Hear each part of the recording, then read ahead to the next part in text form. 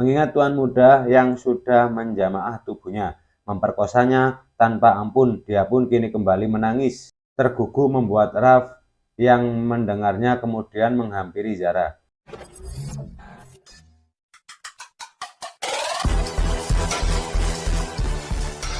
Pembantuku Canduku bab 9. Zara perlahan terbangun dari tidurnya. Kemudian dia mengedarkan pandangannya. Dia merasa asing dengan tempat dirinya berada. Matanya menelisik kamar yang sangat nyaman dan ranjang empuk. Tempat dia kini terduduk lesu. Kamar itu lebih luas dari kamar tidurnya yang berada di rumah majikan tempat dia bekerja. Tiba-tiba saja ingatannya tersadar. Dia nampak terbelabak kaget. Kemudian melihat dirinya sendiri. Dia merasa sakit dan perih pergelangan tangannya. Dia melihat tangannya sudah terbelit perban putih, membuatnya mengingat kejadian pahit yang dialaminya di rumah besar itu. Dan tangannya yang dia sayat di gudang gelap dan menyeramkan, karena dia berharap saat dia mati. Tak seorang pun yang akan menyadarinya. Dia gunakan pecahan gelas yang sengaja dia pecahkan di kamarnya untuk menyayat pergelangan tangannya. Tanpa sadar, tubuh kembali bergetar dan menangis mengingat kejadian naas yang menimpanya. Mengingat tuan muda yang sudah menjamaah tubuhnya, memperkosanya tanpa ampun, dia pun kini kembali menangis. Tergugu membuat Raf yang mendengarnya kemudian menghampiri Zara. Kau sudah bangun? Suara berat Raf membuatnya sangat kaget. Matanya membola dan beringsut mundur ketakutan. Saya mohon jangan tuan, jangan sakiti saya lagi, saya mohon, ucapnya sambil menangkup kedua tangan di dadanya. Air matanya sudah membanjiri wajah cantiknya. Melihat hal itu membuat Raf semakin merasa berdosa. Kau tenang saja, aku tidak akan melakukan apapun lagi kepadamu, ucapnya dengan tajam. Kau harusnya berterima kasih kepadaku karena telah menyelamatkan nyawamu. Apa yang kau lakukan tadi malam benar-benar gila. Jangan sampai berbuat seperti itu lagi, sentak Raf dengan kesal. Walau dalam hatinya merasa iba melihat perempuan yang sudah disakitinya itu, tapi karena sifatnya yang arogan, membuat dia menahan rasa sesalnya di hadapan Zara.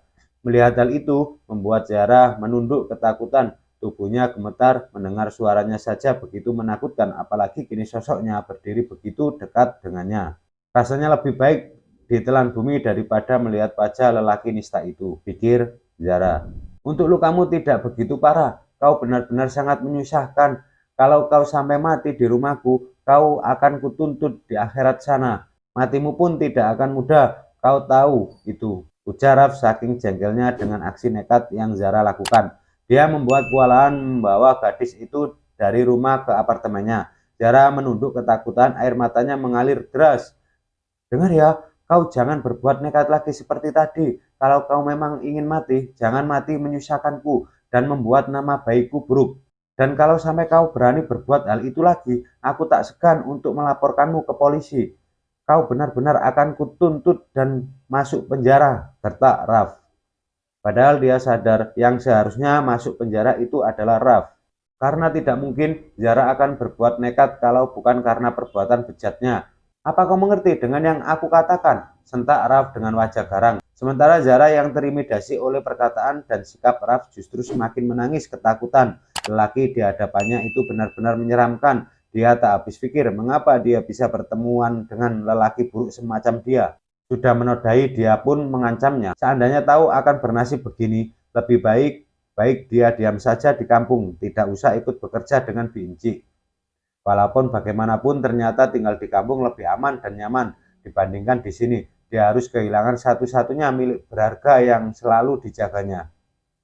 Padahal dulu banyak sekali pemuda kampung yang selalu melamarnya, namun selalu ditolak mentah-mentah. Apakah ini balasannya karena sering menolak mereka semua? Pikir Zara. Mengingat hal itu, hatinya semakin sakit. Andai waktu bisa diulang, andai waktu bisa dimundurkan, ingin rasanya dia kembali ke masa lalu. Rasanya lebih baik menerima pinangan tetangga di sana walau dijadikan istri kedua. Bukankah itu lebih halal dibanding di sini diperkosa oleh seorang yang galak dan pemabuk, seorang tuan muda yang berkuasa?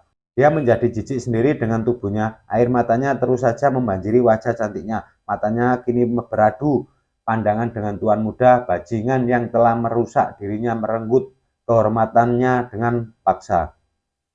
Apa kau mengerti dengan yang aku katakan? Tanya Raf lagi dengan wajah sinis. Matanya tajam menatap Zara yang menunduk ketakutan. Selimutnya semakin dia rekatkan ke tubuhnya. Seharusnya Tuan tidak perlu menolong saya. Akan lebih baik jika saya mati saja. Untuk apa saya hidup kalau saya sudah rusak dan saya kotor seperti ini? Apakah kau tidak dengar dengan apa yang aku katakan tadi? Kalau kau ingin mati, jangan kau lakukan hal itu di rumahku. Kalau kau ingin bunuh diri, pergilah ke tempat yang jauh. Sentak Raf dengan mata berkelit marah. Kalau begitu saya akan pergi sekarang. Jangan halangi saya. Zara bangkit dan turun dari tempat tidurnya. Saking marahnya dan kesalnya pada Raf. Dia tidak menyadari kalau selimutnya kiri melorot ke bawah, sehingga membelit langkahnya dan dia kehilangan keseimbangan membuat dia hampir terjatuh kalau saja Raf tidak menahan tubuh Zara dengan memeluknya. Membuat mereka kini saling memandang satu sama lain. Raf menatap wajahnya lekat-lekat wajah cantik Zara. Terlihat bagus jelas di matanya. Wajah cantik khas wanita Asia dengan kulit putih mulus. Matanya bulat indah dengan alis yang tebal. Hidungnya mancung dan bibirnya seksi. Menimbulkan gelanyar aneh di hati Raf. Jantungnya berdegup begitu kencang. Dia ingat kejadian semalam saat Raf begitu menikmati tubuh molek itu. Tubuh yang digagainya malam kemarin. Membuat Raf menelan salivanya tak dapat dipungkiri. Hasrat langsung melambung tinggi. Namun serta-merta dia tahan sekuat tenaga. Kau memang sengaja ingin menggodaku dengan pura-pura jatuh seperti itu, hah? Tanyanya dengan senyum ejekan di wajahnya Raf. Padahal lelaki itu sedang menutupi rasa gugupnya.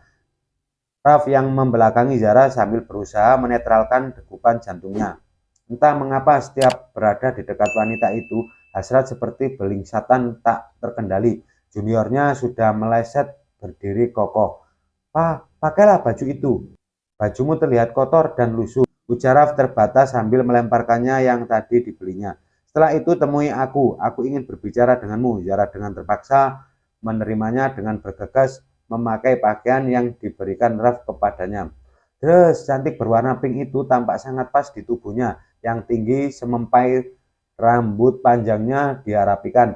Dia seka wajahnya yang penuh dengan air mata. Dengan takut-takut dia menghampiri Raf yang sudah duduk menunggunya. Duduklah, perintahnya. Kemudian Zara duduk.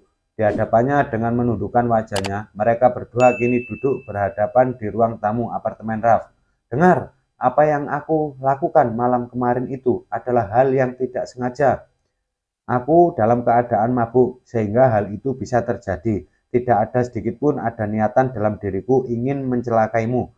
Harusnya Anda membiarkan saya mati, sehingga saya tidak merasakan hal yang sesakit ini. Saya bahkan jijik dengan diri saya sendiri, dan saya sangat takut melihat Anda, Tuan.